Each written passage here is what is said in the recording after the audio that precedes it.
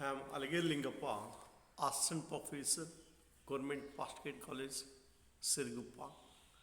Today's my chapter is Conservation Laws. Under that, the concept of linear momentum and explanation of law of conservation of linear momentum. Linear momentum. The linear momentum of a particle is defined as the product of the mass of the particle times the velocity of that particle. Conservation of momentum of a particle is a property exhibited by any particle where the total amount of momentum never changes. Linear momentum of a particle is a vector quantity and is denoted by P. That means P is equal to mv. It is the product of mass and velocity. Then what about the conservation of linear momentum? The principle of conservation of momentum states that if two objects collides, then the total momentum before and after the collision will be the same if there is no external force acting on the colliding objects. That means in a closed system, the total linear momentum of the system before collision that must be equal to the total linear momentum of the system after collision. Conservation of linear momentum formula mathematically expresses the momentum of the system remains constant when the net external force is zero. That means initial linear momentum that must be equal to final linear momentum. Pi is equal to Pf. Then what is collision? Collision means two objects coming into contact with each other for a very short period. In other words, a collision is a reciprocative interaction between two masses for a very short interval, where in the momentum and energy of the colliding masses changes. While playing caroms, you might have noticed the effect of a striker on coins when they both collide with each other. So, it's a contact of two bodies in a very short period. The contact of striker and coins in a short period in case of playing caroms. So types of collisions. We have two types of collisions. Generally, the law of conservation of momentum holds true in the collision of two masses. But there may be some collisions in which kinetic energy is not conserved.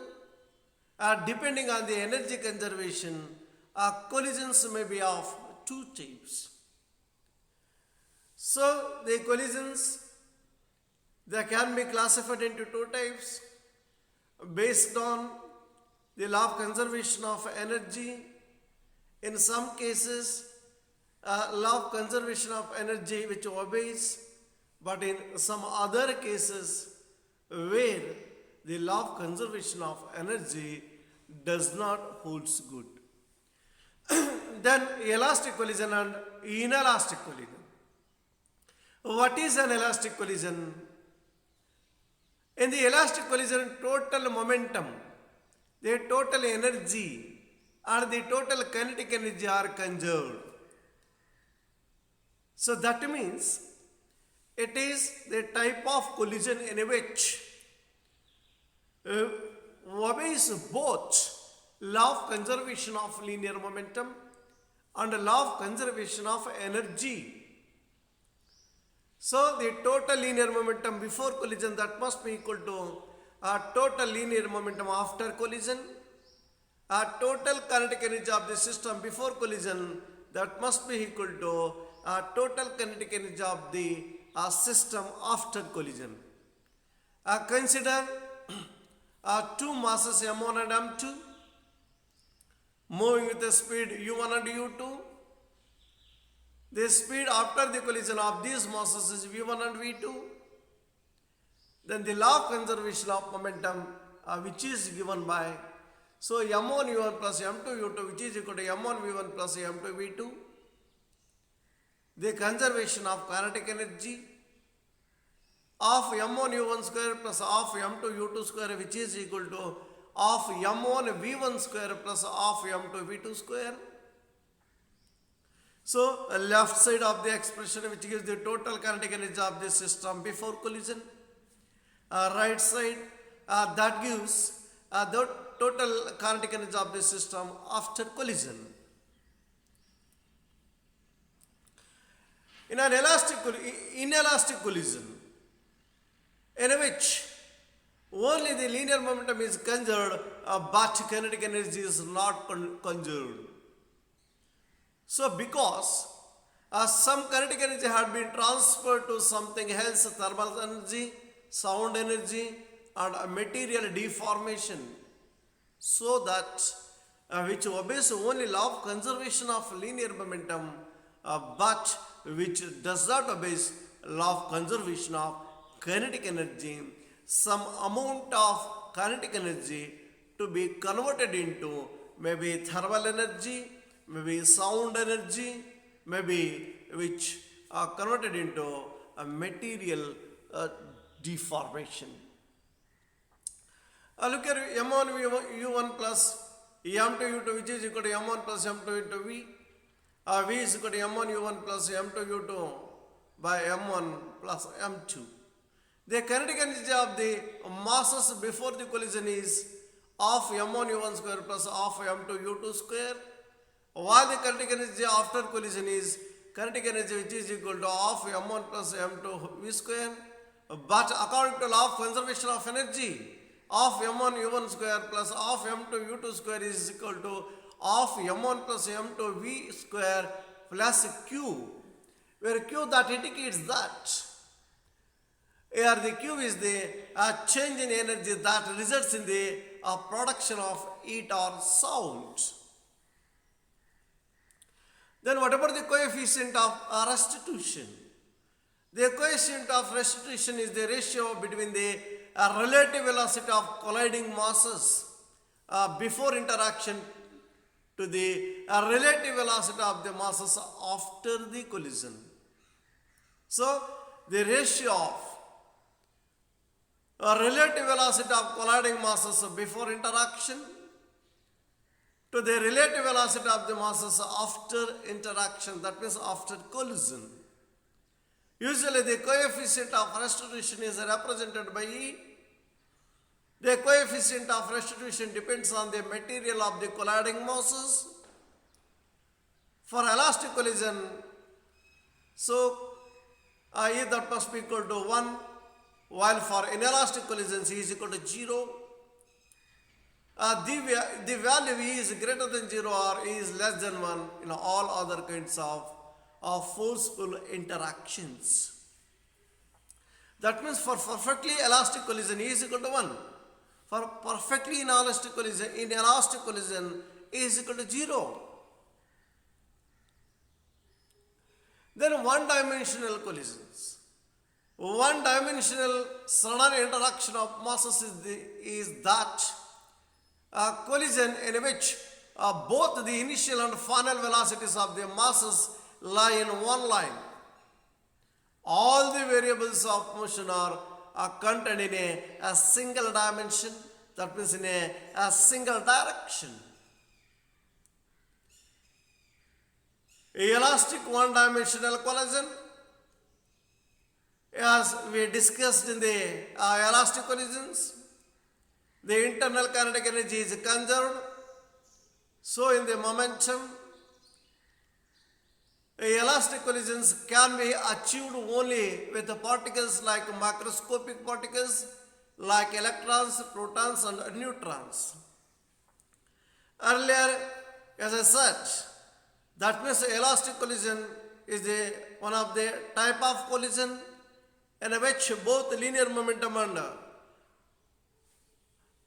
kinetic energy are conserved.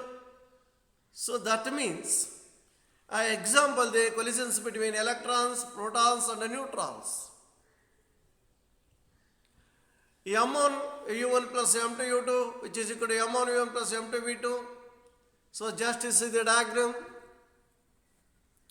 There are of the system before collision, then the system after collision. M1 mass of the body before collision, M2 mass of the body before collision, U1 velocity of the mass M1 before collision, U2 velocity of the body M2 before collision, then V1 velocity of the body after collision, V2 velocity of the body of mass M2 after collision. So that means the diagram which indicates that all they are in the same dimension, so-called one-dimensional collision. Since the kinetic energy is conserved in the elastic collision, we have half M1 U1 square plus half M2 U2 square, which is equal to half M1 U1 V1 square plus half M2 V2 square. This gives us M1 U1 square plus M2 U2 square, which is equal to M1 V1 square plus M2 V2 square. Rearranging, we get M1 U1 square minus M1 V1 square minus M2 V2 square minus M2 U2 square.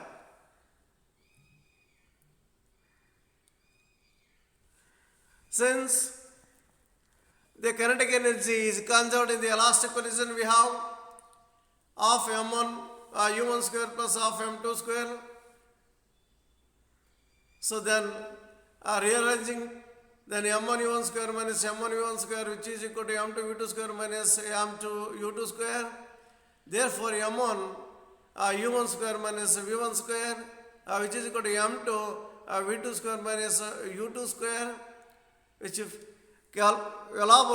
elaborated become M1 U1 plus V1 U1 minus V1, which is equal to M2 V2 plus U2 into V2 minus U2. Using the conservation of momentum equation, M1 U1 plus M2 U2, which is equal to M1 V1 plus M2 V2, we regroup it with the same masses, M1 U1 minus M1 V1, which is equal to M2 V2 minus M2 U2. Hence, M1 U1 minus V1, which is equal to M2 V2 minus U2.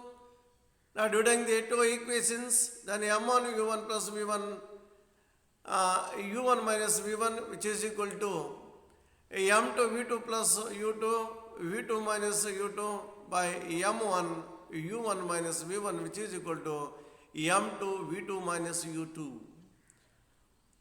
Or we get U1 plus V1 is equal to V2 plus U2.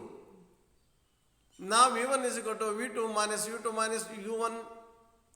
When we use this value of V1 in equation of conservation of momentum, we get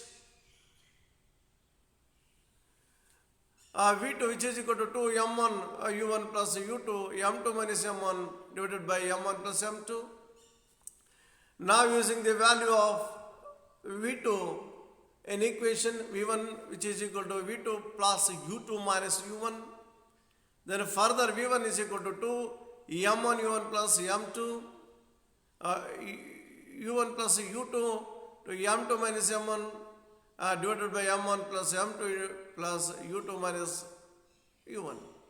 V1 is equal to 2 M1 U1 plus U2 into M2 minus M1 plus U2 into M1 plus M2 minus U1 M1 plus M2 divided by M1 plus M2. Finally, we get V1 is equal to 2 m2 u2 plus u2 m1 minus m2 divided by m1 plus m2.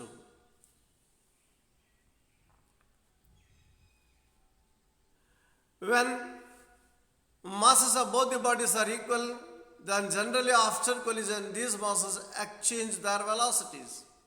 V1 is equal to u2 and v2 is equal to u1. This means that in course of collision between objects of same masses, if the second mass is at rest and the first mass collides with it, then after collision the first mass comes to rest and the second mass moves with a speed equal to first mass. Therefore, in such a case, v1 is equal to 0 and v2 is equal to u1.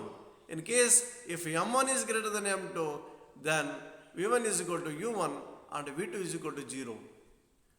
This means that lighter body will bombard back with its own velocity while the behavior mass will remain static. However, if m1 is greater than m2, then v1 is equal to u1 and v2 is equal to 2u1. Inelastic one-dimensional collision. In inelastic one-dimensional collision, the colliding masses stick together and move in the same direction at the same speed. The momentum is conserved and kinetic energy is changed to different forms of energies. For inelastic collisions, the equation for conservation of momentum is m1 u1 plus m2 u2, which is equal to m1 plus m2 into v. Since both the objects stick, we take final velocity after the collision as v. Now v which is equal to m1 u1 plus m2 u2 by m1 plus m2. The kinetic energy lost during the phenomenon, so E is equal to half m1 u2 square minus half m1 plus m2 v square. Collisions in 2 dimensions. So just see the diagram, where m1 is the mass of the first body which moves with the velocity u1, then body m2, when it collides with when both m1 and m2, if they are interact, and the m1 which moves in one direction, m2 which moves in other direction, so let theta 1 the angle made by the body m1 with its initial direction, theta 2, so the angle made by the mass m2 with the original direction, just as shown in the figure. The above figure signifies collision in 2 dimensions, where the masses move in different directions after colliding. Where the moving mass m1 collides with the stationary mass m2, the linear momentum is conserved in the 2-dimensional interaction of masses. In this case, we see the masses moving in xy planes.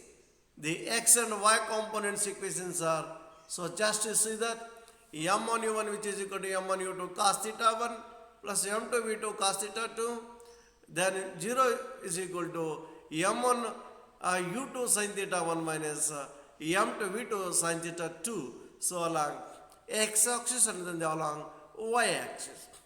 For spherical objects that have smooth surfaces, the collision takes place only when the objects which touch with each other. This is what happens in the games of marbles, carom and billiards.